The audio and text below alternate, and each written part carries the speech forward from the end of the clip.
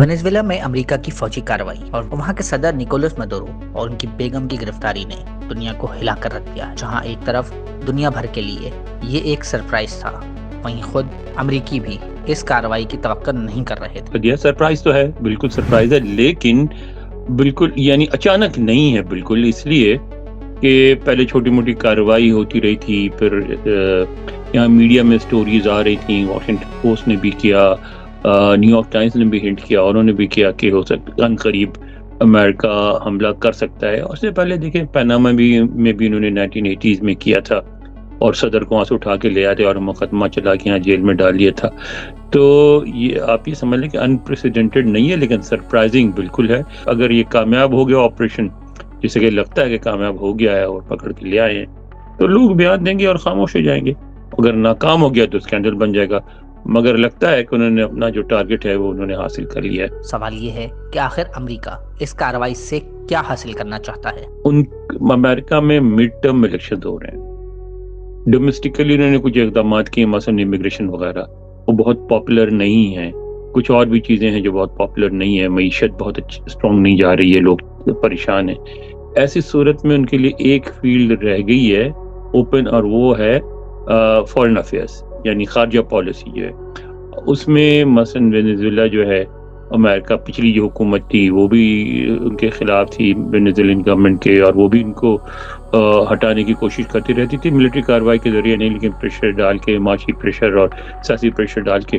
तो अगर ये उसको कामयाब हो जाते हैं और बाद में कोई बड़ा खून खराबा नहीं होता, और वो जो एक मोहतरमा है जिनको नोबेल प्राइज भी मिला था पीस का, वो अगर सदर बन जाती हैं पीसफुली, तो ये ट्रंप के लिए बड़ा प्लस पॉइंट होगा। और उनको इलेक्शन जो होने वाले हैं इसी साल के नवंबर में, उसमें उसको उनका फायदा पहुंचेगा। क्या वेनेजुएला के अवाम इस कार्रवाई के बाद चुप होकर बैठ जाएंगे, या फिर ये कार्रवाई लातीनी अमेरिका और खुद वेनेजुएला में किसी खूनरेजी का बाइस बन सकती है? कुछ लोग जो मडूरो गवर्नमेंट जो है उसके साथ थे, और कुछ लोग इनके साथ भी हैं, और जिस तरह के अंग्रेजी में कहते हैं नथिंग सक्सीड्स लाइक सक्सेस, कामयाबी से ज़्यादा कामयाब कोई चीज़ नहीं होती।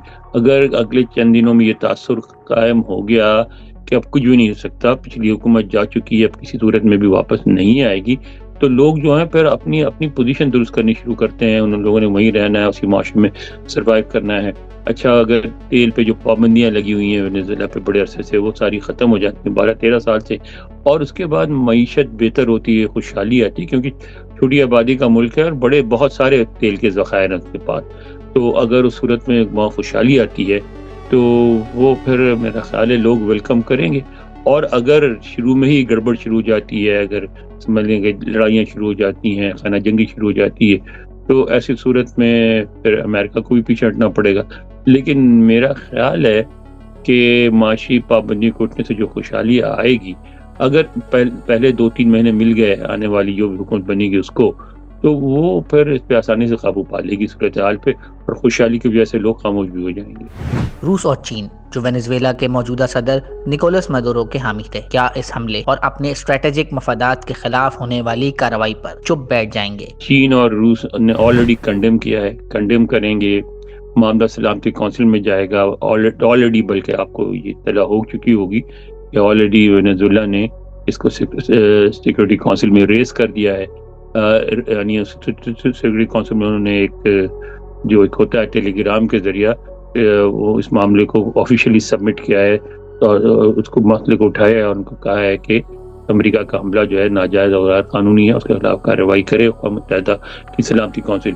तो वो वहाँ इस तरह की बातें होंगी। लेकिन अब अमेरिका, मेरा ख्याल है आज जब अब सुबह होगी तो यूएन सिक्योरिटी काउंसिल में भी काफ़ी हंगामे होंगे, क्योंकि वहाँ अमेरिका की कोशिश होगी कि वो ये कहे कि भाई अब वो हुकूमत ही नहीं रही, तो कानूनी तौर पे तो उनका जो नुमाइंदा है वो भी नहीं रहा, और वो नई एक अब जो अगले 24 घंटों में मेरा ख्याल है किसी किस्म की हुकूमत बनाने का ऐलान किया जाएगा और उनकी तरफ से नया सफ़ीर आएगा। तो अगर इसमें अमेरिका कामयाब हो गया, जैसा कि हो जाएगा, तो फिर सूरत हाल अक्सर तब्दील हो जाएगी, वरना अक़वाम मुत्तहिदा में बहस वगैरह होगी। लेकिन चीन हो या रूस, कोई भी अमेरिका से बराह रास्त फौजी तसादुम नहीं चाहता, कि उसके बहुत ख़तरनाक कॉन्सिक्वेंसेस होंगे सबके लिए।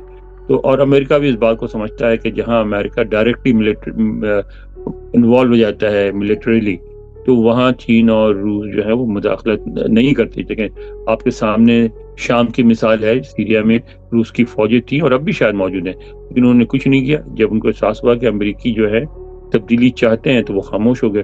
تو میرا خیال ہے کہ بیانات ضرور دیں گے, لیکن امریکہ, چین اور روس جو ہے کوئی فوجی کارروائی نہیں کریں گے. سوال یہ بھی ہے کہ موجودہ صورتحال کا مستقبل کیا ہو سکتا ہے اور کیا امریکہ کو اس کارروائی کا نقصان ہوگا؟ دو بات ہیں. ایک تو امیڈیٹ ریئیکشن جو آیا ہے ساری دنیا کا, اس میں کچھ کنڈم کریں گے اور کچھ ذرا ریزرو رہیں گے. مثلا یورپین یونین نے, جو امریکہ کے لیے سب سے اہم ہے, یورپین یونین ان کا حلیف ہے اور اس کا بڑا انفلوئنس ہے امریکہ کے اندر.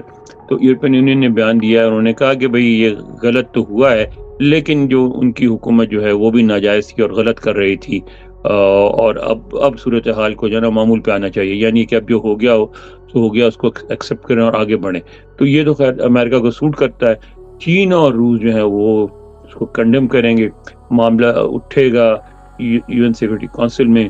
وہاں اگر امریکہ کوئی ایسی کارروائی کرے گا جو تبدیلی کے حمایت میں جو یہ لے کے آئے ہیں امریکی, تو اس کو چین اور روس ویٹو کریں گے. چین اور روس کوئی موو کریں گے تو امریکہ ویٹو کر دے گا. یعنی اگلے کچھ دن جو ہیں بڑے ہنگامہ خیز ہوں گے اقوام سلامتی کونسل میں.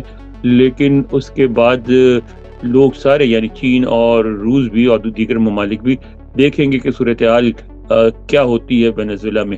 اگر جو نئے لوگ آئیں گے پاور میں وہ سچویشن کو کنٹرول کرنے میں کامیاب ہو جاتے ہیں تو سارے اس کو تسلیم کر لیں گے اور کوئی بڑی بات نہیں ہوگی. اگر وہاں ہنگامے ہوتے ہیں تو معاملہ بہت بڑا ہو جائے گا. پھر امریکہ بھی پیچھے نہیں ہٹے گا اور وہ بھی پیچھے نہیں ہٹیں گے, اور جو لڑائی ہے ایک طویل مدتی لڑائی ہو جائے گی.